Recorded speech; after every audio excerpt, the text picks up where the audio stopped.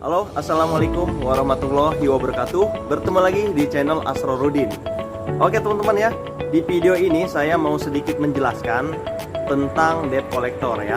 Jadi untuk kalian yang punya tagihan yang lewat jatuh tempo ataupun yang sudah diancam oleh debt collector, gak usah takut ya. Semuanya itu ada hukumnya ya. Jadi saran saya, kalau kalian memang belum bisa bayar ya, karena keadaan ya, bukannya kita nggak mau bayar, tapi karena belum bisa bayar ya. Kalau seandainya ada debt collector yang mau ke rumah, ya silahkan aja, tunggu ya. Dia mau berkata apa, kita iyahin aja, kita tetap sopan ya. Kalau debt collector misalkan dia berkata-kata kasar, kalian screenshot aja bukti-bukti WhatsAppnya ya, karena semuanya ada pasalnya ya.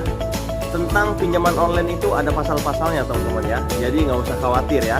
Jadi saran saya, kalau misalkan ada debt collector, kalau memang mau ke rumah, silahkan kalian tunggu di rumah. Dan jangan lupa ketika datang ke rumah, kalian minta surat izin penagihan dari perusahaan pinjaman online tersebut.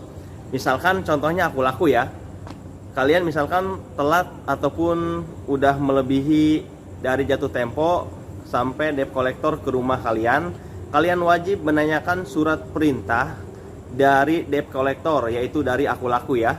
Jadi di situ suratnya kalian harus lihat penagihannya itu, misalkan di situnya yang nagih misalkan namanya siapa, terus berapa orang. Kalau misalkan di suratnya cuma 2 orang atau cuma 1 orang, tapi mereka lebih bawa yang tidak masuk di surat, kalian itu bisa menuntut untuk tidak ikut campur yang lain ya. Misalkan di suratnya cuma 1 orang yang menagih, yang datang ke rumah kalian misalkan 2 orang, kalian ngomong aja, maaf saya hanya bisa berbicara dengan orang yang ada di surat ini ya.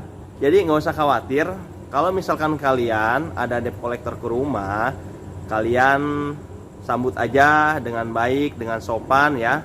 Dia juga pasti sopan. Kalau dia nggak sopan, ya kita tindak aja teman-teman ya, karena semuanya ada pasalnya, nggak usah takut ya. Tapi ingat, yang namanya hutang itu harus dibayar ya.